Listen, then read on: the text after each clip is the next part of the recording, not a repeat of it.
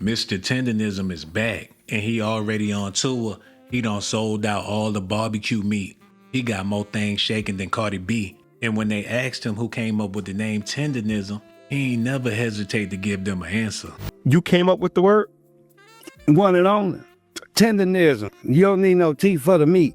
I say, you know, that's tender. I say, no, it ain't. That's tendernism. This man said you don't need no teeth for the meat. It go down nice, slow, and hard. Did you ever think that you'd become America's new favorite unk?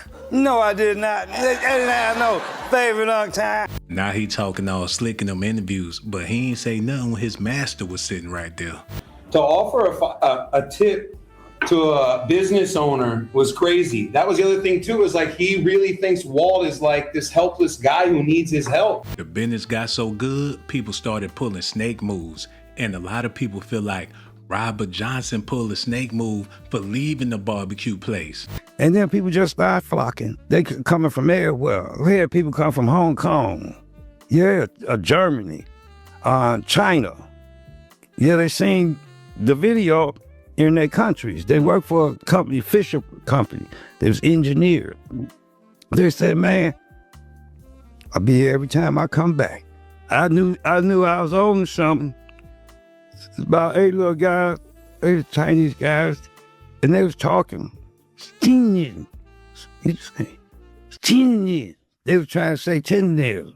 He getting too big for his britches. He cracking jokes about Chinese people. He better hope his restaurant is a success, but I believe it will be. Anything could be better than what Destination Smokehouse going through right now. All right, so far, all I can say is wow. No line at all. So we'll see if this is, let me go inside and see what the line look like inside. But yeah, every time I've came, it's been a line out there. And like all the way in that little area right there, but you can see, but let me see. And then even in here, there'd be a line. So this is how bad the line was getting. You go all over there, but now, 0 line. Don't cry about yesterday. I just keep going forward. You did. Ain't no need to cry. It ain't gonna help. So get it together. So when people found out that you were not the owner, it made a lot of news on social media, right? Mm-hmm. So I'm sure a lot of people started to reach out to you. So was that like the turning point and why you actually left the establishment? That was that, and the person not giving me the consideration due to it was 2 people and a few people now. You know what I mean? Well, you know, that was kind of like bogus, I thought. Mm-hmm. See, because if I want to talk to you, I'm going to go talk to you. This man can't intercept me talk. You don't speak for me. Mm-hmm. So I can understand that. The equity, like ownership, not in ownership. Oh, yeah. You know, I don't own nothing. I know one thing. Only thing I own, dirt up under my fingernail. Mm-hmm. So now I might try to do something about that. Give me a Mr. Tendernism restaurant. Mm-hmm. And then we'll see what we do.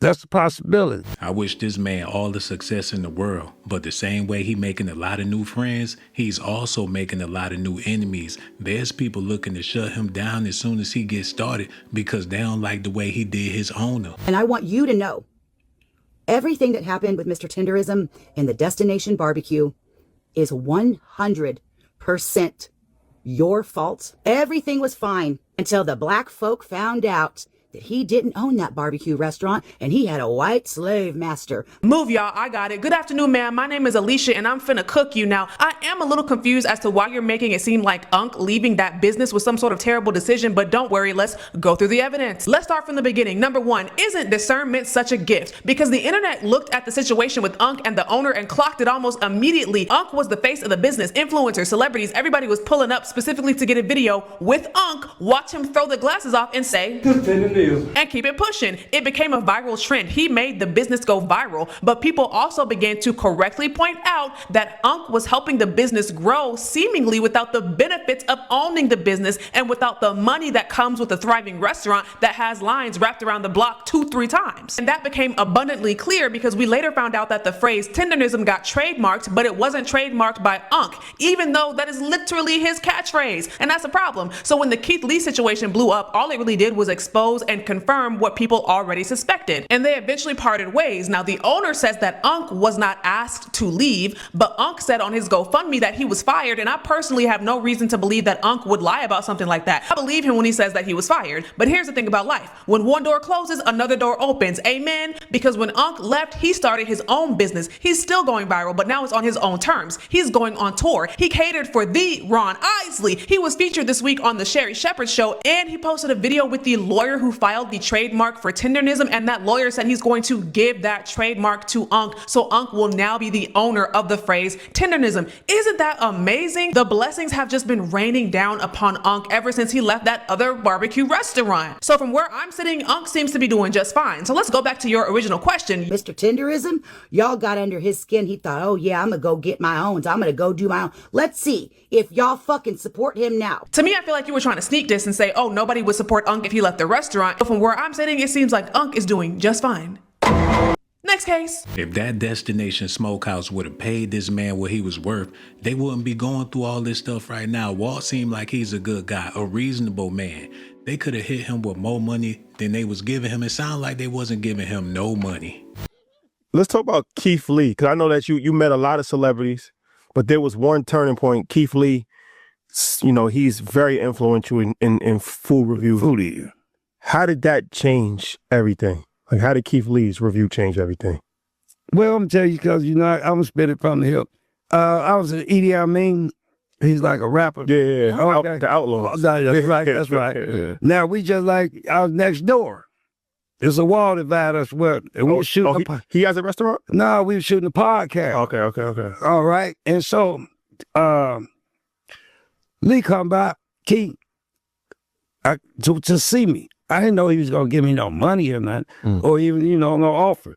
But I look at it like this. Any person that come to see me, it's no block.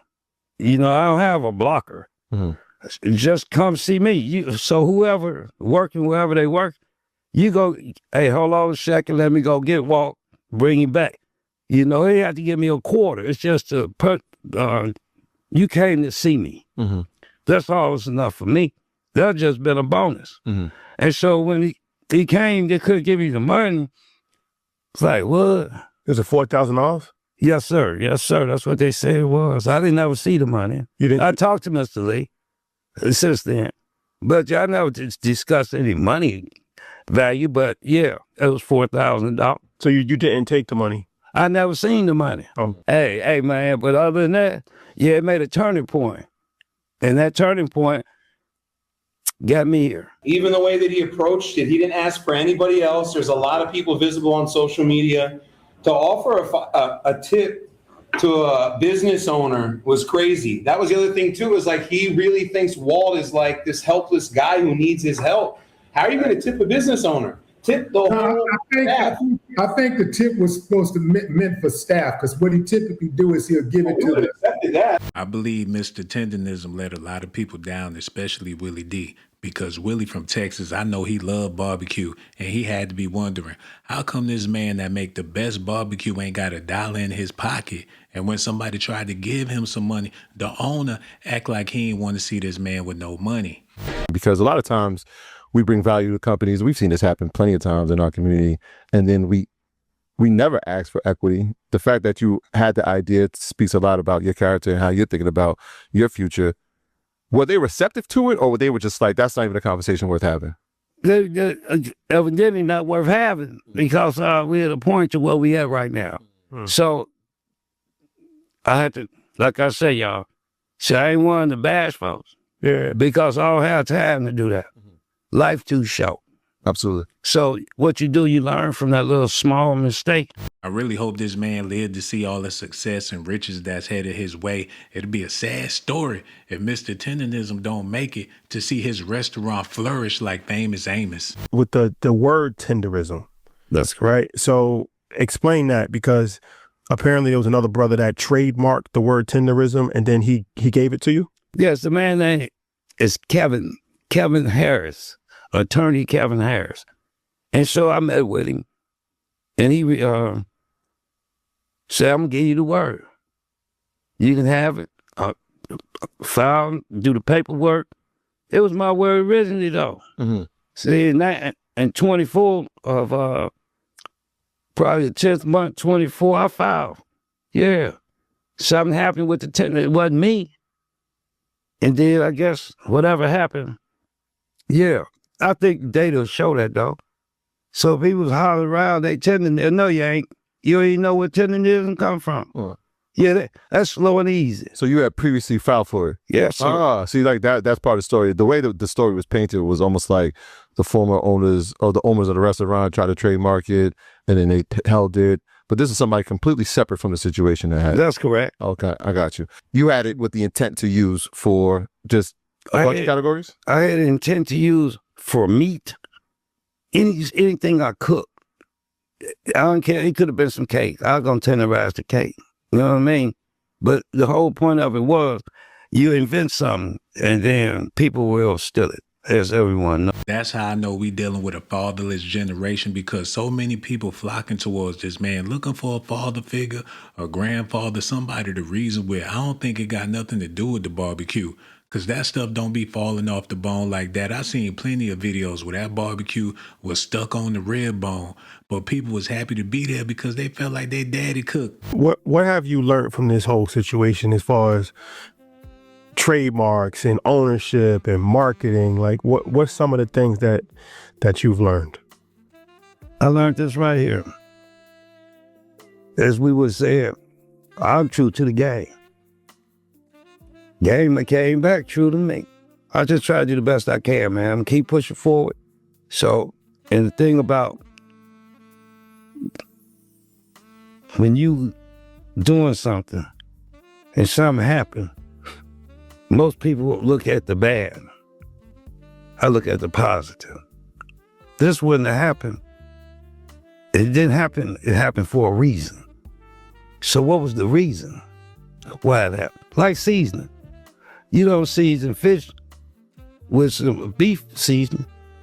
You gotta have beef seasoning for beef seasoning, fish seasoning for fish.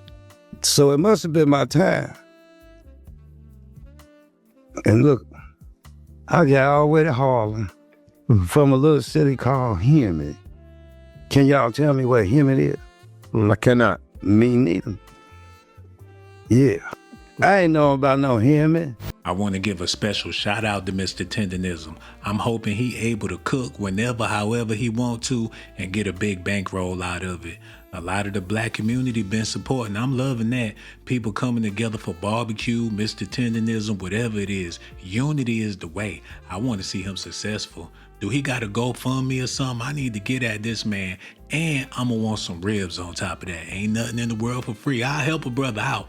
But if that meat really the way they say it is, I'm going to have to get me a piece. Pause.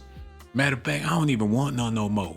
Y'all let me know what y'all think about this in the comment section, man. Make sure y'all do me a favor. Hit that like, subscribe to the channel. And one more thing before I go. Subscribe to my channel if that's what you want. But if that's not what you like, then you must be a